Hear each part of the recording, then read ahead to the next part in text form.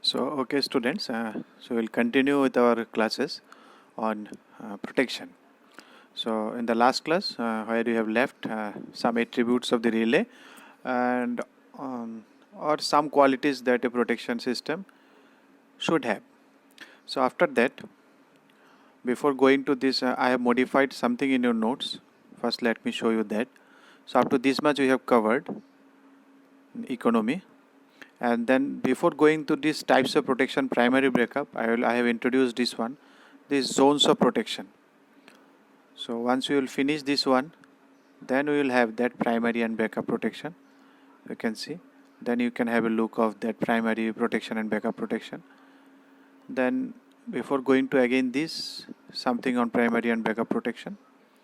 And then finally we will reach. Let's see up to how much we can cover. So I have tried to make it as sequential as it can be so that you can download it. The link again I will provide in the description file.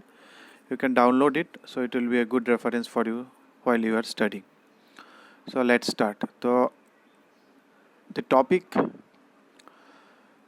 that we will starting, that is the will be starting here, that is zones of protection. So what is zone of a transformer? Zones of a power system. Zones of protection. So there are different protection schemes you will find which is provided in a transmission system, in a power system in general. So every protection scheme is designed to have some sort of ring of security or a zone around each. So it will have a zone of its own, means up to how much it can work. That is something, some sort of representing a zone or security zone or a ring of zone around it. So you can see here, we have seen, I have taken a simple power system network where a generator is there, a bus, a transformer, a transmission line, bus, again a bus, again a transformer, bus and then generator. So you can see the crosses are your circuit breaker. If I can zoom it, you can see the crosses are the circuit breaker. So you can see this is the generator zone, this is your bus zone, protecting this bus. This generator zone is protecting this generator. So whatever schemes I will be using, so this zone should be protected. Again this is transformer zone. You can see there is a circuit breaker here, there is a circuit breaker here. And then again it is bus bar zone and it is transmission line zone. There is a feeder, outgoing feeder, which is a load, so it is a feeder zone. Then again this one is a bus bar zone. I think I have not mentioned this one. You can mention it. This is bus bar zone. This is bus zone because this is a bus. And this is again transformer zone. This is bus zone. This is generator zone. So you can see there are overlaps between the zones. So it is always kept overlapped because we don't want to keep anything left out of protection. So that we want to ensure each and every corner of our power system is properly protected or thoroughly protected. So every protection, so you can see every protection scheme is designed to provide some sorts of ring and security that we have seen. Then if there is a fault in the within zone, then the relay and the associated circuit breaker will operate. If there is a fault within the zone of itself, then the relay and the circuit breaker in that zone will operate. So in that case, which is known as internal faults, the faults occurring in that zone, for that protection scheme, that will be internal faults. The farthest point from the relay location within its zone is the reach point. Means up to how much? Suppose generator zone, suppose this is my generator zone, so up to how much it can protect, what is the extreme line it can protect or extreme position, how far it can protect, that is the reach of that zone, and that the farthest point is known as the reach point and the distance associated is known as the reach of the relay. So that we will mention, that we will say that the relay reach is how much. Generally the relay reach is not creeps. Now what is creeps? Creeps is sandwich type something. That means the relay zone is not, suppose there is a relay here, so the zone is on this side. It is not something sandwiched this type. It is not something of this type. So the zone is either this direction or this direction, something of that sort generally. And the reach varies with the types of fault. So what are the types of faults? LGA, double LG, symmetrical, all these. So because with the types of faults changing, your fault current limits also change. So the reach for, if the fault current limit is the fault current is very low and the fault current is very high, then the reach will also change. Suppose there is a relay here and suppose there is a fault. So if the distance of the fault is far, then the again fault current is reduced. So suppose there is a LG fault. Suppose you have set this one for 100. Suppose there is a LG fault. So for line to ground fault, you thought that 100 ampere current will be more than 100 will pass through it. So you have set this relay for this one. Anything above 100, this relay should trip this line. So this was the idea. Okay, great. Now, if my fault location, now suppose a triple LG fault occurs. So triple LG, same 100 ampere will come here now. Because for triple LG, your fault current will be much higher. So if the even if there is here is a fault, then also this relay will trip. So some sort of this you will get a better understanding when we will go to primary backup and other coordination, relay coordination, all these things. Then it will be a better idea. For right now, you just remember this one. So the reach varies. You will have an idea how the reach varies because the fault current varies with the type of fault and the distance of fault where it is occurs. So the current you have set, that is for a particular type of fault, particular location. So if it is changing, then its reach is also changing. Up to how much it can protect, that also changed. But there is a exception. What is the exception? The differential protection scheme. You will know this protection scheme, very useful in transformer. That is very heavily used in transformer, has a crisp zone of protection. Crisp zone of protection means again there is overlap. In differential relay you will find current from this side is compared, and then relay gives the signal. So it is a crisp zone, something of sandwich type. It is sandwiched from this side. So something of that type. That's why it is a crisp zone. And the directional protection has a infinite reach. Now every protection scheme will have its own reach. It will be something limited.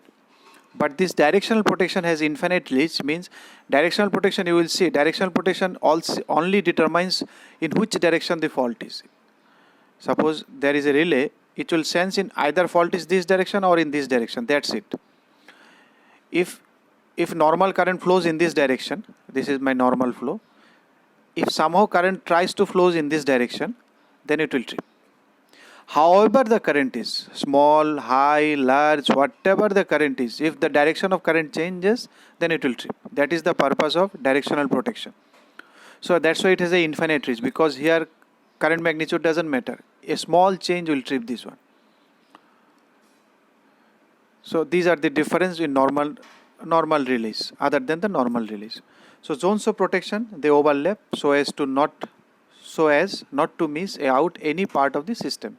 That's what we have already discussed. So this is about your zone.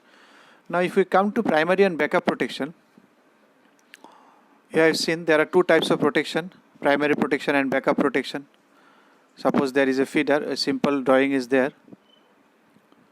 Suppose there is a main feeder is there, then 4 or 5 outgoing feeders are there. So each feeder is given a circuit breaker and a corresponding release. CTPT will sense it, that it will trip the signal to the circuit breaker. So these are known as primary protection. Primary protection, this setting is not fixed. Suppose let is T. It is just arbitrary, 0.6, 0.8, that depends on the situation. So let is T.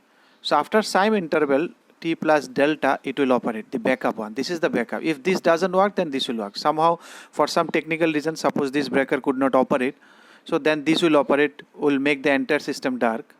So this is the backup for this. And it will operate after some certain time interval. It will wait. It will give some time to this breaker to operate this one. If it doesn't, then it will operate. So that's what it is given, primary and backup protection. So this form of protection, the primary protection is served as a first line of defense. It is the protection scheme which is designated to protect the components of the power system. As shown in the figure, each line has a overcurrent relay which protects the, not necessarily every time it will be overcurrent relay. We will understand there are lots of other relays are there, but in general concept, the overcurrent relay is our common response to fault, because fault means current will be high. Current will be high means there must be overcurrent relay to sense the overcurrents. This is our natural response or natural idea of protection. There are different ideas. We will discuss this one. If the fault occurs in any of the one of this line, then it will be cleared by its relay and its circuit breaker.